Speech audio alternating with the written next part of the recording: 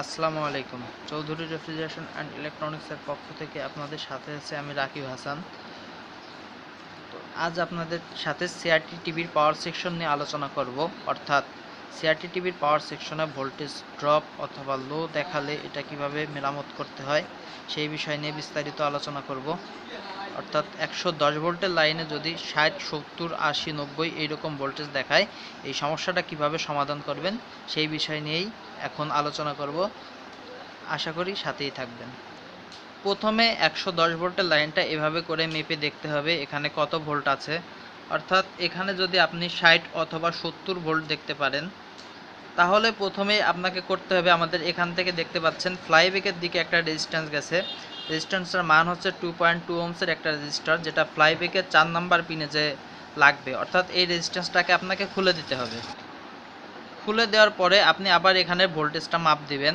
অর্থাৎ এটা খুলে দেওয়ার পর যদি আপনি দেখেন যে এখানে 110 ভোল্ট উঠে গেছে, তাহলে আপনার বুঝে নিতে হবে আপনাদের এই ফ্লাইব্যাকটি খারাপ আছে। সেক্ষেত্রে আপনার ফ্লাইব্যাকটা যদি আপনি চেঞ্জ করে দেন, তাহলে আপনার এই সমস্যাটা সমাধান হয়ে যাবে। এটা হচ্ছে প্রথম ধাপ। এরপর দেখতে পাচ্ছেন এখানে 110 ভোল্টের লাইনে একটা ফিল্টার ক্যাপাসিটর আছে, এখানে একটা ফিল্টার ক্যাপাসিটর আছে, এখানে একটা ফিল্টার ক্যাপাসিটর আছে। এই ফিল্টার ক্যাপাসিটর দুটো খারাপ থাকলেও আপনাদের ভোল্টেজ কম দেখাবে। এই ফিল্টার ক্যাপাসিটর যদি খারাপ থাকে, তাহলে দেখবেন যে ফিল্টার ক্যাপাসিটরের মাথা অথবা নিচের দিক থেকে ফুলে গেছে। যদি এরকম দেখেন, তাহলে এই ফিল্টার ক্যাপাসিটর দুটো চেঞ্জ করে দিবেন, তাহলে আপনার এই লো ভোল্টেজ সমস্যা সমাধান হয়ে যাবে।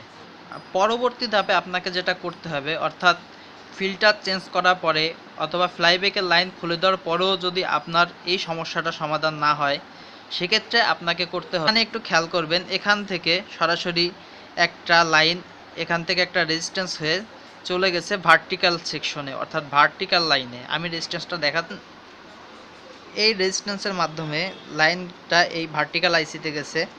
তো আপনি প্রথমে ফিল্টার চেঞ্জ করার পরে আর ফ্লাইব্যাকের থেকে লাইন খুলে দেওয়ার পরেও যদি দেখেন আপনার 110 ভোল্ট হচ্ছে না, অর্থাৎ এখানে লো ভোল্টেজ দেখাচ্ছে, সেক্ষেত্রে আপনাকে এই রেজিস্ট্যান্সটি খুলে দিতে হবে। খুলে দিয়ে তারপরে আবার এখানে এভাবে করে মাপ দিবেন। মাপ দিয়ে যদি দেখেন ওই রেজিস্ট্যান্সটা খুলে দেওয়ার পরে 110 ভোল্ট দেখাচ্ছে, সেক্ষেত্রে আপনার বুঝে নিতে হবে আপনার ভার্টিক্যাল আইসিটা খারাপ থাকার কারণে আপনার এখানের ভোল্টেজ লো দেখাচ্ছে। সেক্ষেত্রে আপনি যদি আপনার এই ভার্টিক্যাল আইসিটা চেঞ্জ করে দেন, সেক্ষেত্রে আপনার এই সমস্যাটা সমাধান হয়ে যাবে।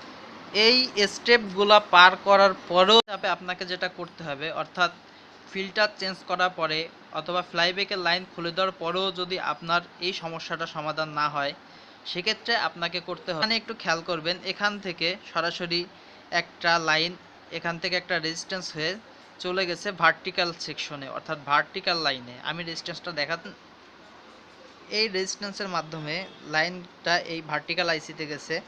তো আপনি প্রথমে ফিল্টার চেঞ্জ করার পরে আর ফ্লাইব্যাকের থেকে লাইন খুলে দেওয়ার পরেও যদি দেখেন আপনার 110 ভোল্ট হচ্ছে না, অর্থাৎ এখানে লো ভোল্টেজ দেখাচ্ছে, সেক্ষেত্রে আপনাকে এই রেজিস্ট্যান্সটি খুলে দিতে হবে। খুলে দিয়ে তারপরে আবার এখানে এভাবে করে মাপ দিবেন। মাপ দিয়ে যদি দেখেন ওই রেজিস্ট্যান্সটা খুলে দেওয়ার পরে 110 ভোল্ট দেখাচ্ছে, সেক্ষেত্রে আপনার বুঝে নিতে হবে আপনার ভার্টিক্যাল আইসিটা খারাপ থাকার কারণে আপনার এখানের ভোল্টেজ লো দেখাচ্ছে। সেক্ষেত্রে আপনি যদি আপনার এই ভার্টিক্যাল আইসিটা চেঞ্জ করে দেন, সেক্ষেত্রে আপনার এই সমস্যাটা সমাধান হয়ে যাবে।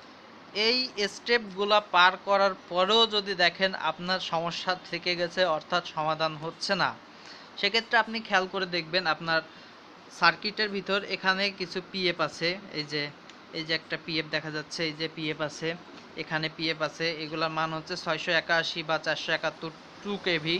এই ধরনের কিছু পিএফ আছে, এখানে কয়েকটা পিএফ আছে। এই পিএফগুলো চেঞ্জ করে দিবেন। চেঞ্জ করে দিলে আশা করি আপনার এই সমস্যা সমাধান হয়ে যাবে। এখানে একটা এই যে ভেরিয়েবল দেখতে পাচ্ছেন, এই ভেরিয়েবলটা যদি খারাপ থাকে, সেক্ষেত্রেও কিন্তু আপনার ভোল্টেজটা বাড়বে না।